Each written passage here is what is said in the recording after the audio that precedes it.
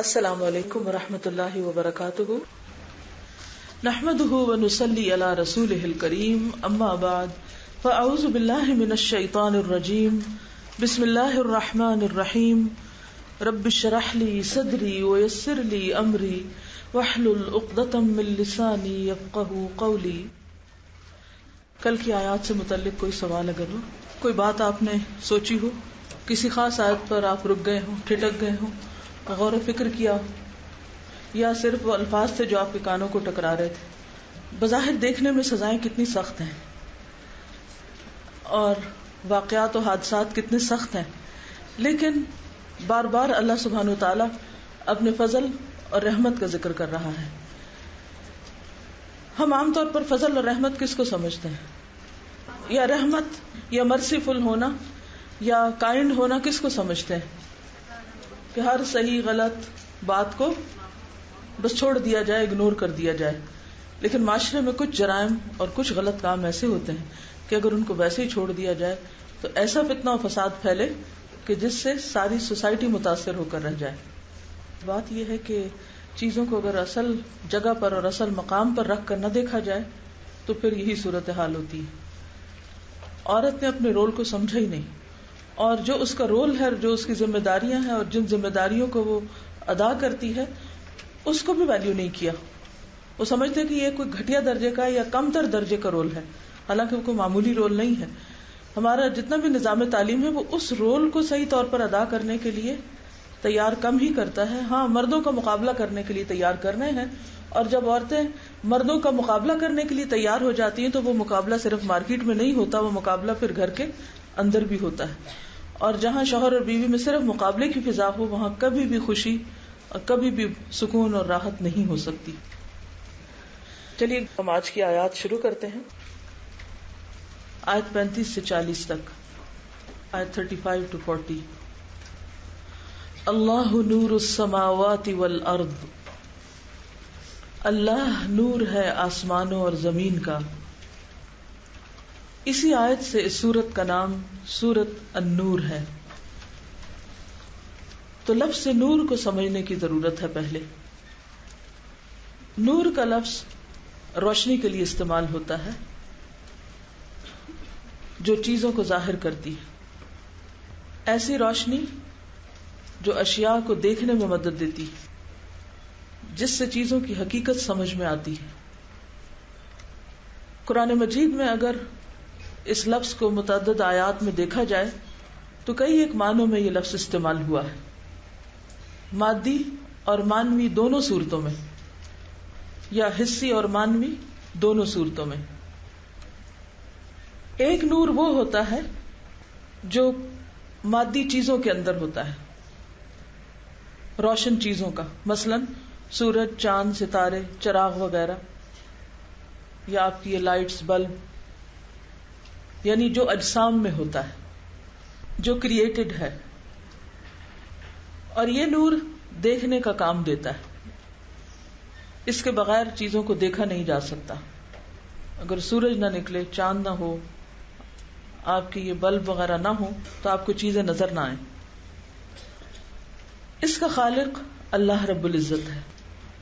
هو الذی جعل الشمس ضیاء والقمر نورا۔ اسی طرح باہر کے علاوہ انسان کی آنکھ میں بھی نور ہوتا ہے جس کے ذریعے انسان دیکھتا ہے۔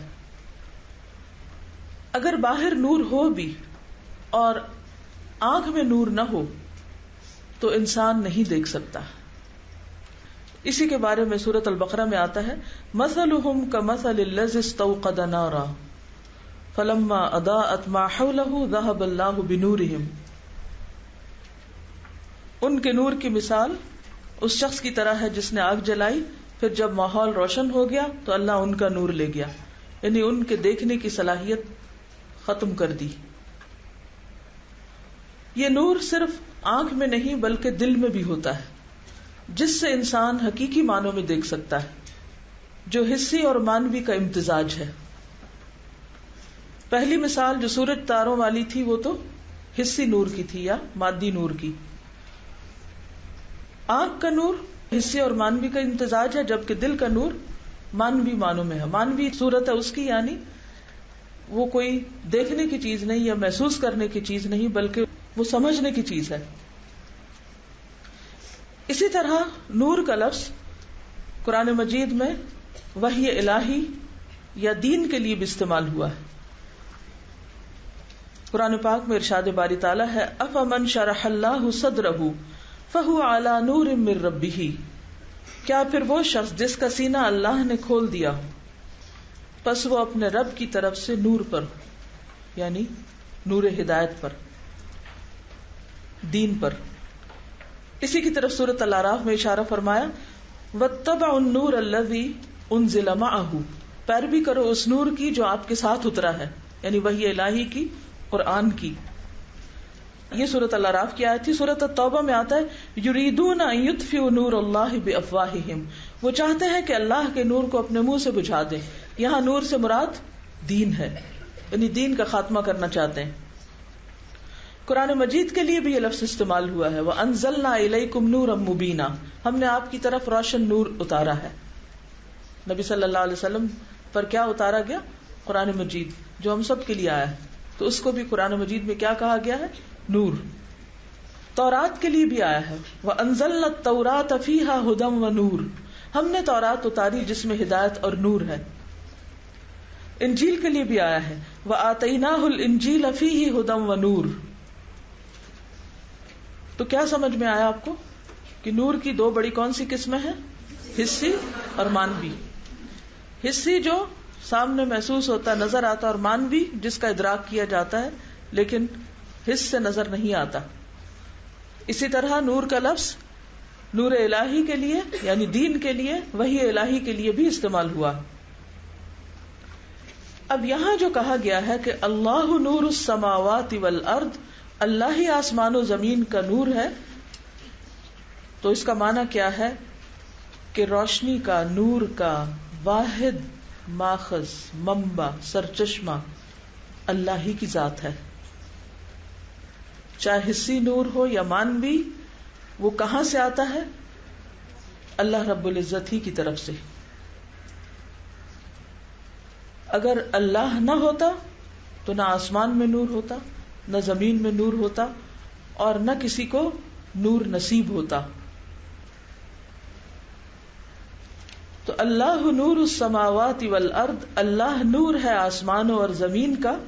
ابن عباس اس کے بارے میں فرماتے ہیں کہ اللہ آسمان و زمین والوں کا ہادی ہے. تو گویا نور یہاں ہدایت کے معنوں میں استعمال ہوا کہ اللہ نور ہے، یعنی اللہ ہی نے بندوں پر ہدایت کے راستے واضح کیے ہیں، چاہے وہ دنیاوی امور ہوں چاہے وہ دینی امور ہوں. ان کو واضح کرنے والا کون ہے؟ اللہ ہی ہے. اللہ ہی کی وجہ سے ہر چیز ہے، اسی کی وجہ سے ہر چیز کی حقیقت ہمیں معلوم ہوتی ہے. اصل سچائی کا سرچشمہ وہی ہے. قرآن مجید میں آتا ہے اللہ ولی الذین آمنوا یخرجہم من الظلمات الی النور، اللہ دوست ہے ایمان والوں کا، وہ انہیں اندھیروں سے نکال کر روشنی کی طرف لے آتا ہے. تو سورۃ النور بھی دراصل انسان کو اندھیروں سے روشنی کی طرف لانے والی ہے.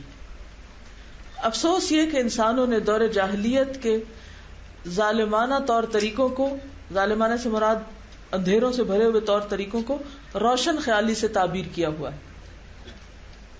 لیکن اللہ نے ان کی حقیقت کھول دی کہ جن غلط کاموں کو، جن غلط حرکتوں کو لوگ روشن خیالی کہتے ہیں یا ماڈرن ہونا کہتے ہیں، وہ حقیقت میں کیا ہیں؟ اندھیرے ہیں، جس کی دلدل میں انسان پھنستا چلا جائے تو انسان کے لیے ہلاکت ہے. تو اس طرح ان تمام خاندانی اور معاشرتی احکامات کے بعد سورت کے وسط میں نور کا ذکر کیا گیا ہے. شروع میں بھی کہا گیا نا کہ سورۃ انزلناها وفرضناها وانزلنا فیها آیات بینات. تو اللہ نے روشن آیات اتاری، روشنی دی، رہنمائی کی، اور ہمیں اندھیروں سے نکال کر روشنی عطا کی، یعنی ہدایت دی. تو گویا ان احکامات پر عمل کرنا روشنی کی طرف جانا ہے. تو ابن عباس کیا کہتے ہیں؟ اللہ نور السماوات والارض کا معنی کیا ہے؟ اللہ آسمان و زمین والوں کا ہادی ہے، رہنما ہے. ہر معاملے میں اللہ نے بندوں کو رہنمائی دی ہے، اور صرف بندوں کو نہیں. آسمانوں میں جو چیز پائی جاتی ہے اور زمین میں جو چیز پائی جاتی ہے، ہر ایک کی ہدایت کا بندوبست اسی نے فرمایا ہے. الذی خلق کل شیء ثم ہدی، اسی نے ہر چیز بنائی اور پھر ہر چیز کو رہنمائی بھی اسی نے دی. مچھلی کو تیرنا اسی نے سکھایا، پرندوں کو اڑنا اس نے سکھایا، ہمیں زمین پر رہنا بسنا اسی نے سکھایا، اور پھر نور ہدایت بھی یعنی دینی رہنمائی بھی، اور اس زندگی میں صحیح طرز عمل کیا ہے اس کی طرف بھی رہنمائی اسی نے دی. کائنات اس کے دم سے روشن ہے، اور اس زمین پر رہتے ہوئے صحیح راستہ کیا ہے وہ بھی دراصل وہی دکھاتا ہے. جو اسے چھوڑ دے اور طاغوت کو پکڑ لے، اپنی خواہشات کا پیچھا کرے، وہ دراصل روشنی سے اندھیروں کی طرف جاتا ہے.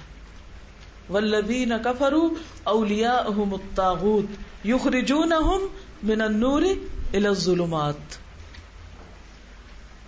تو ہدایت اسی کے دم سے ہے، اور اس کو چھوڑنا سراسر گمراہی ہے اور اندھیروں میں بھٹکنا ہے. سدی کہتے ہیں، یہ بھی مفسر ہیں، کہ اس کے نور سے آسمان و زمین جگمگا رہے ہیں. اللہ نور السماوات والارض کا معنی کیا کیا؟ کہ اسی کے نور سے آسمان و زمین جگمگا رہے ہیں، ہر چیز اسی کی وجہ سے روشن ہے. ابن عباس سے روایت ہے کہ رسول اللہ صلی اللہ علیہ وسلم رات کو اٹھتے تو یہ دعا پڑھتے تہجد کے وقت، دعائے استفتاح: اللہم لک الحمد انت قیم السماوات والارض ومن فیہن ولک الحمد انت نور السماوات والارض ومن فیہن. اے اللہ تیرے لیے تعریف، تو ہی قائم رکھنے والا ہے آسمان و زمین کو. گویا اللہ کے دم سے آسمان و زمین قائم ہے اور جو ان کے درمیان ہے. وَلَكَ الْحَمْدُ أَنْتَ نُورُ السَّمَاوَاتِ وَالْأَرْضِ وَمَنْ فِيهِنْ، اور تیرے ہی لیے تعریف ہے، تو ہی آسمان و زمین کا نور ہے اور جو ان کے درمیان ہے. ابن مسعود کہتے ہیں، تمہارے رب کے ہاں رات دن نہیں، آسمان و زمین کا نور اس کے چہرہ اقدس کے نور سے ہے. یعنی اللہ کے ہاں رات اور دن کوئی چیز نہیں، عالم الغیب والشہادہ ہے، اس کے لیے سب کچھ عیاں ہے، اور آسمان و زمین میں بھی جو نور ہے اسی کے دم سے ہے. اور ابن مسعود نے کیا کہا کہ اس کے چہرے اقدس کے نور سے ہے. یہ بات مزید واضح ہوتی ہے ایک اور حدیث سے، ایک اور دعا سے، کہ جس میں انسان کہتا ہے کہ اعوذ بنور وجہک الذی اشرقت لہ السماوات والارض. اے اللہ، میں تیرے چہرے کے نور کی پناہ لیتا ہوں جس سے آسمان و زمین روشن ہے. تو گویا آسمان و زمین میں جو بھی کوئی روشنی پائی جاتی ہے اس کا منبع کیا ہے؟ اللہ تعالی، اللہ کی ذات. اس کی ذات بھی نور اور اس کی صفات بھی نور، اس کا کلام بھی نور. کلام کیا اس کا؟ قرآن مجید، تو اس کو بھی نور کہا گیا. آیات بھی بینات ہیں، روشن ہے، اس کی ذات بھی نور ہے. اور ایک اور حدیث کے مطابق حجابہ نور، اس کا حجاب یا نقاب جو ہے وہ بھی نور ہے. اگر وہ اس کو کھول دے تو اس کے چہرے کی چمک ساری مخلوق کو جلا دے جہاں تک اس کی نگاہ پہنچے. موسیٰ علیہ السلام نے کیا کہا تھا؟ ربی ارنی انظر الیک، اللہ تو مجھے دکھا، میں تجھے دیکھنا چاہتا ہوں. اللہ تعالیٰ نے کیا فرمایا تھا؟ لن ترانی، تو مجھے ہرگز نہیں دیکھ سکتا، ولکن انظر الی الجبل فإن استقر مكانه فسوف ترانی. فلما تجلى ربه للجبل جعله دکا وخر موسیٰ صعقا. ہم میں سے ہر ایک روشنی سے محبت کرتا ہے، کوئی بھی اندھیرا نہیں چاہتا. اندھیرا تو ڈرانے والی چیز ہوتی، لیکن یہ روشنی کہاں سے حاصل ہوگی؟ وہ روشنی جو دلوں کو روشن کر دے، جو روح کو روشن کر دے. جو انسان کے لیے زندگی کے سفر اور زندگی کے راستوں کو روشن کر دے، جو اس کے اندر ایک فرقان پیدا کر دے، یہ صرف اللہ رب العزت ہی سے ملتی ہے، اور صرف اس کو ملتی ہے جو اس سے مضبوط تعلق رکھتا ہے، جو اس کی طرف رغبت رکھتا ہے، جو اس سے محبت کرتا ہے، پھر وہ اسے اپنے نور سے نوازتا ہے۔ یہد اللہ لنورہ من یشاء، اللہ اپنے نور کی طرف جس کی چاہتا ہے رہنمائی کرتا ہے۔ تو ہمیں کیا دعا مانگنی چاہیے؟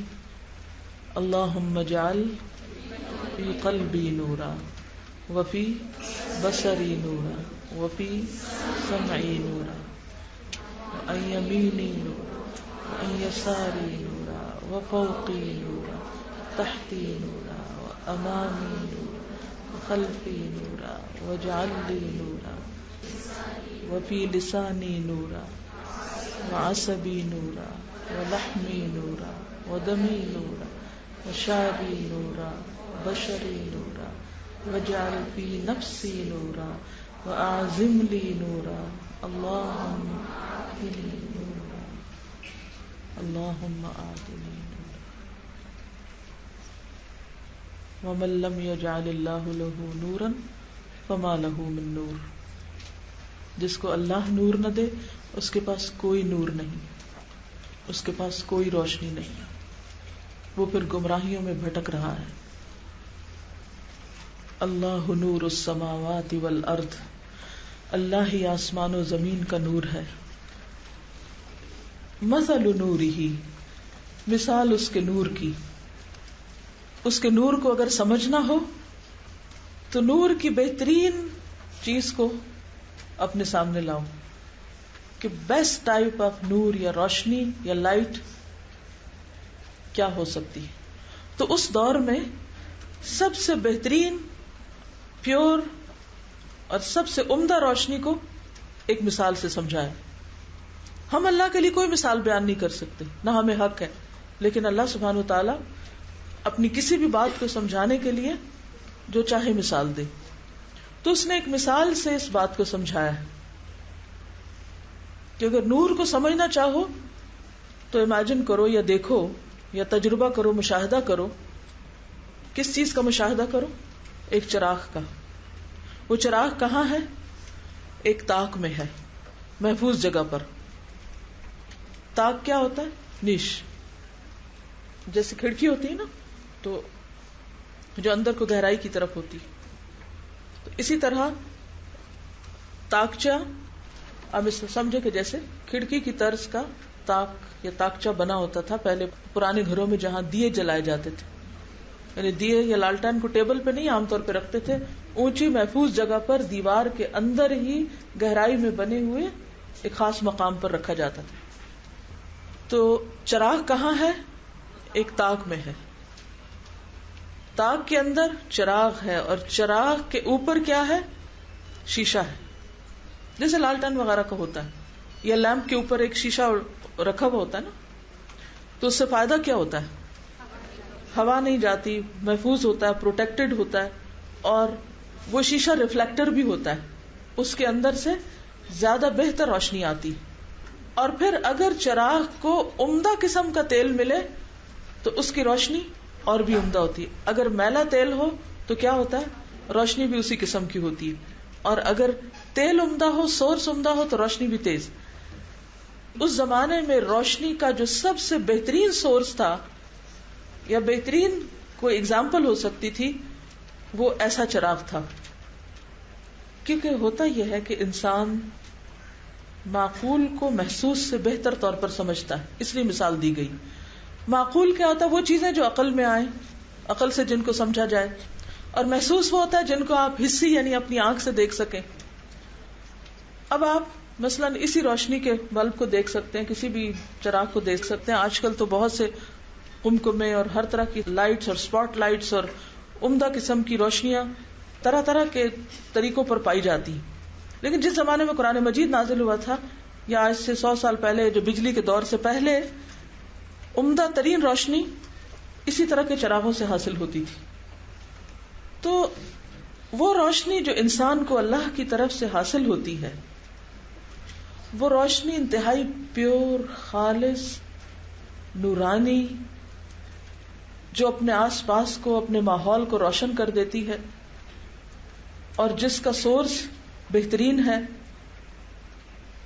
تو جو شخص اللہ سے بہترین تعلق رکھتا ہے اس کا سینہ بھی اسی طرح روشن ہوتا ہے، اس کے اندر اسی طرح ایمان کا نور ہوتا ہے جو بالکل پیور ہوتا ہے، اور اس بصیرت کے ساتھ، اس روشنی کے ساتھ، اس نور کے ساتھ پھر وہ ہر چیز کو دیکھتا ہے اور چیزوں کی حقیقت اس کو بہت جلد سمجھ میں آ جاتی ہے.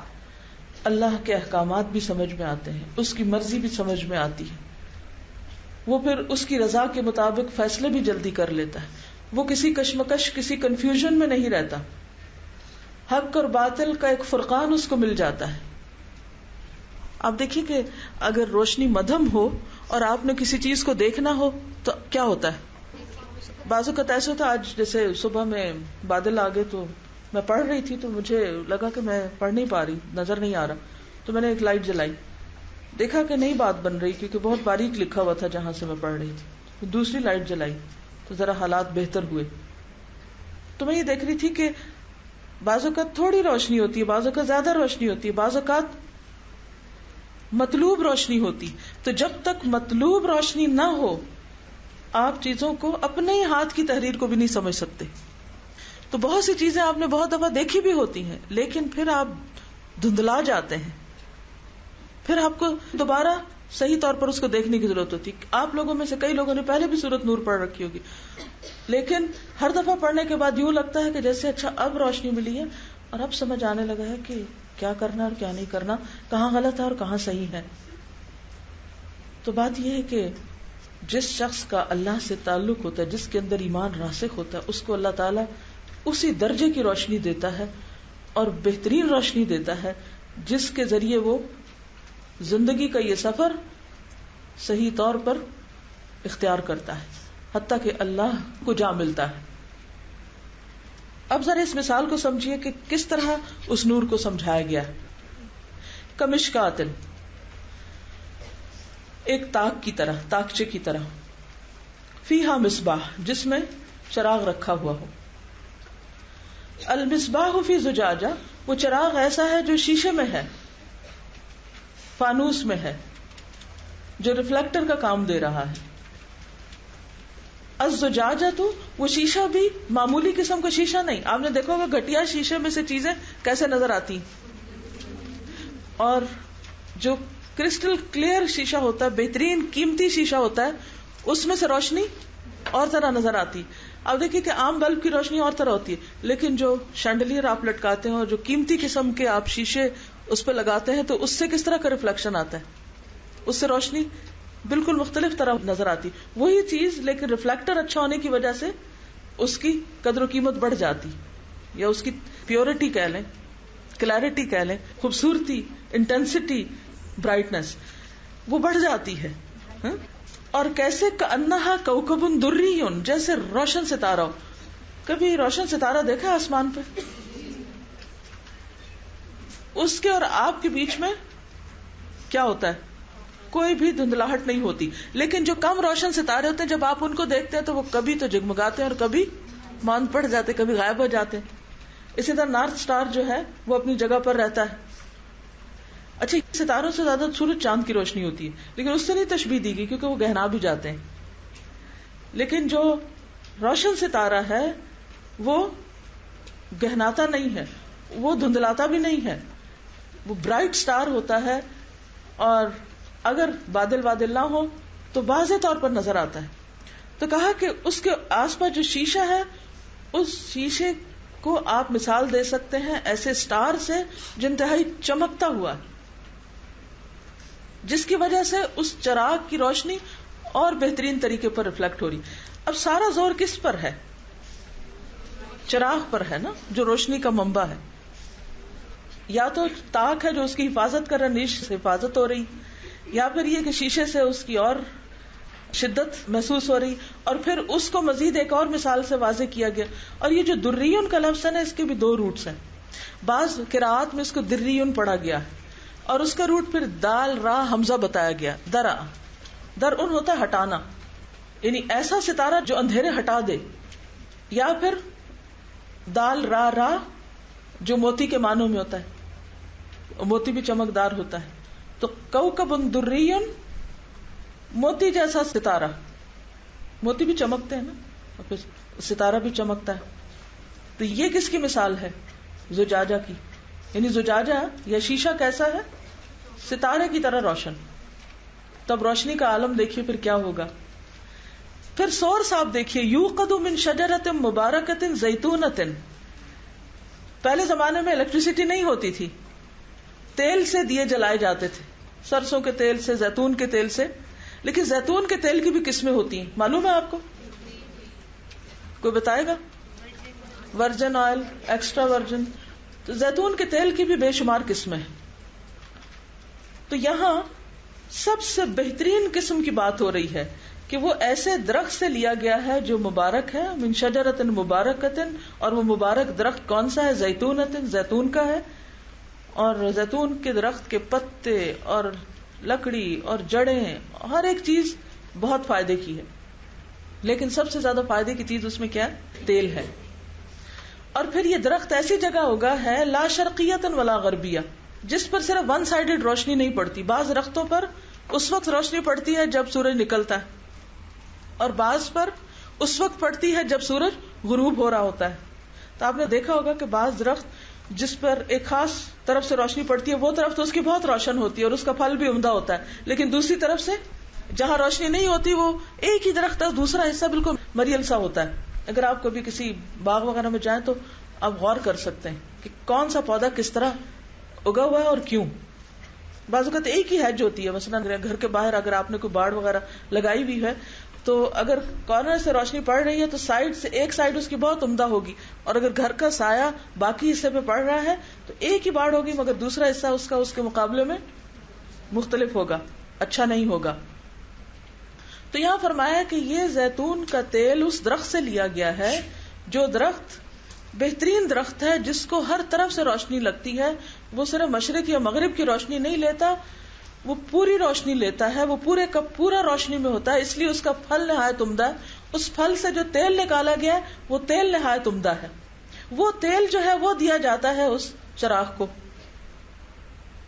کیسا ہے وہ تیل؟ یکاد زیتھا یضیء، قریب ہے اس کا تیل کہ چمکا دے، یعنی بہت چمکتا تیل ہے. تیل بھی آپ دیکھیں کہ بعض تیل ہوتے ہیں نا، اگر لگائیں تو وہ دھندلے سے ہوتے ہیں، اور بعض اگر آپ جسم پر لگائیں تو کیا ہوتا ہے؟ آپ کی سکن بھی چمک اٹھتی، شائننگ آئل ہے.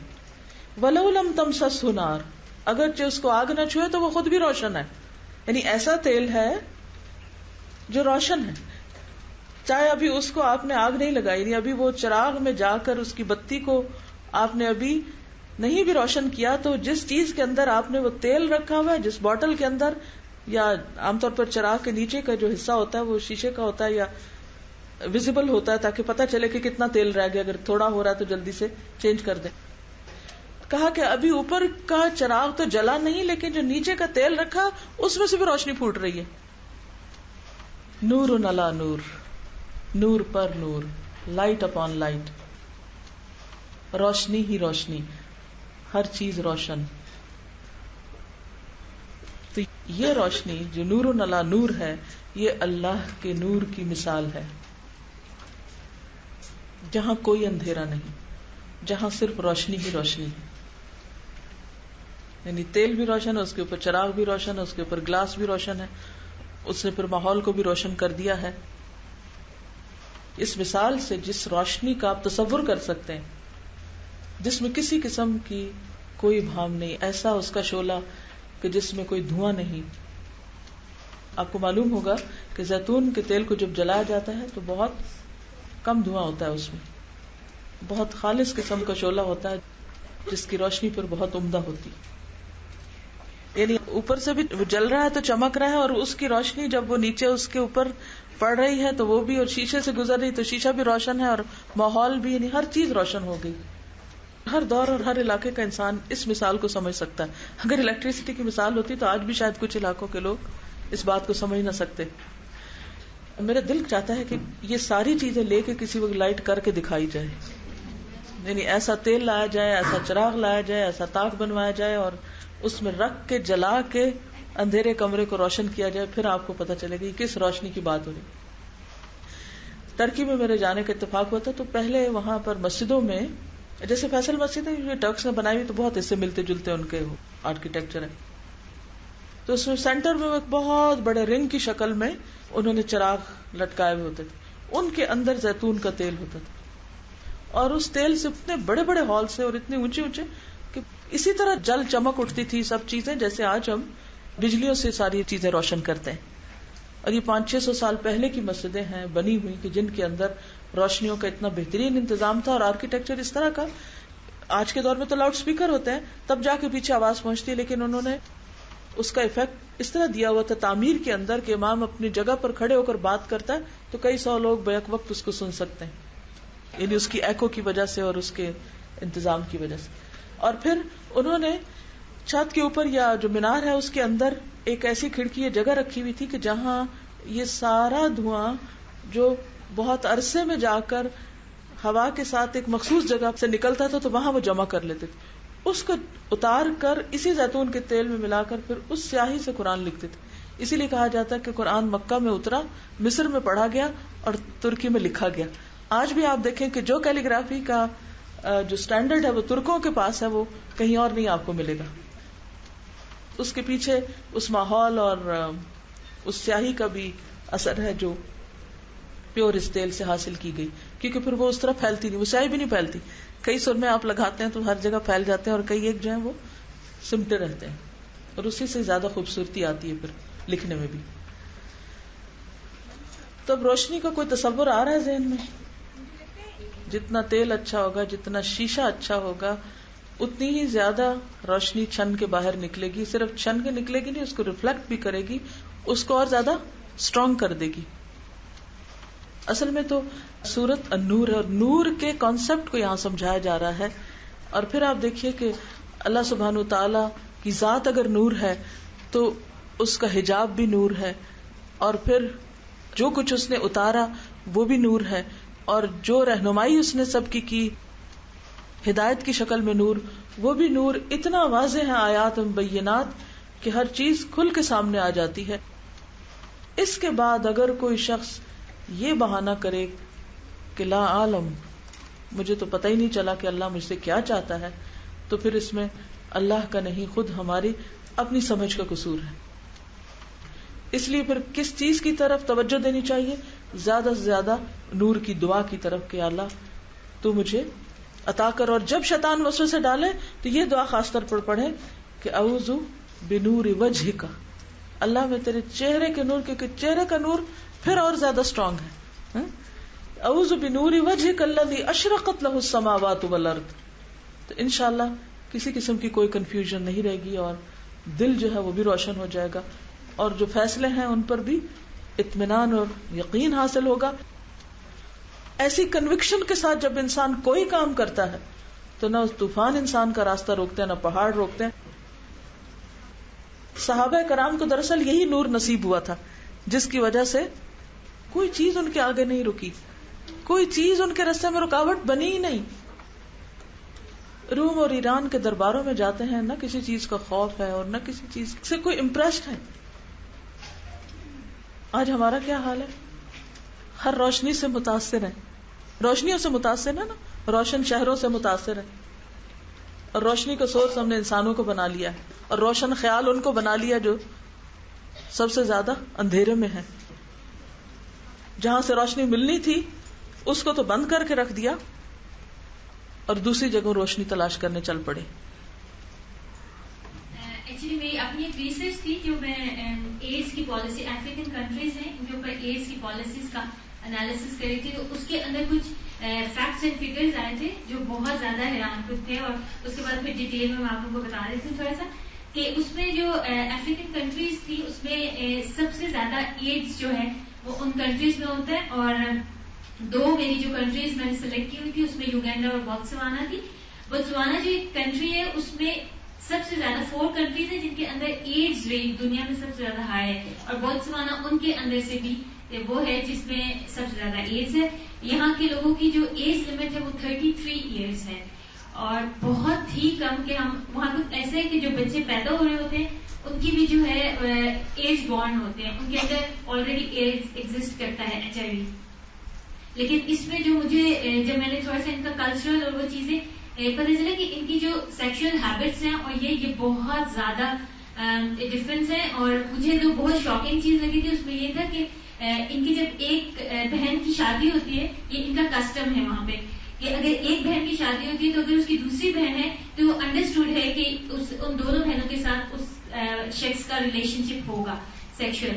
اس کے بعد دوسرا یہ تھا کہ وہاں پہ جو انکلز اور ان کی جو ان کے ماموں یا کوئی چچا وغیرہ ہوتے تھے ان کے ساتھ جو بھتیجے ان کے سیکشل ریلیشن شپ وہ لوگ پریکٹس کر رہے تھے یہ سب. اس کے علاوہ ان کی جو طہارت کے طریقے ہیں جو اس کے بعد وہ جو اس کو ریمیڈائز کرتے ہیں اپنی HIV ایڈز کو, اس میں ان کی طہارت کے بہت ہی عجیب طریقے, وہ یہ جو گوبر وغیرہ ہوتے ہیں اس کو کر کے ساتھ اور اس سے کچھ کرتے ہیں. اور میں یہ سوچتی تھی کہ اللہ تعالیٰ نے ہماری جو ہم لوگوں نے ابھی پڑھا کہ تشہیر الفاحشہ کے اس کے اندر کے جو اپنے محرمات کے ساتھ نکاح ہو, یہ میں کہہ رہی تھی کہ اللہ تعالیٰ کی اتنی زیادہ اللہ تعالیٰ نے ہماری رہنمائی کی, اس پہ ہم جتنا شکر ادا کریں وہ کام ہے. اور ان کنٹریز کو دیکھ لیں ان کا حال کیا ہو. اور اس میں ایک اور بات مینشن انہوں نے کی ہوئی تھی کہ یہاں پہ جتنی بھی مسلم کمیونٹیز ہیں اس کے اندر ایج کا ریشو کم ہے ایز کمپیئر ٹو وہ کمیونٹیز جن کا یعنی کرسچن ہے یا دوسری کمیونٹیز. کوئی اللہ تعالیٰ نے سارے معاملات میں ہمیں صحیح رہنمائی عطا کی, کیونکہ نور کا جو لفظ ہے اس کو رہنمائی کے معنی میں بھی لیا گیا نا. لیکن افسوس کہ ہم اس کو رہنمائی یا اس کو نور سمجھتے ہی نہیں, اور آنکھیں بند کر کے ان لوگوں کے پیچھے چل پڑے ہیں جو اس نور سے دور ہیں. شروع میں نے عرض کیا تھا نا کہ نور کا لفظ جو ہے ہدایت کے معنوں میں بھی استعمال ہوا ہے, وہ سورس ہے,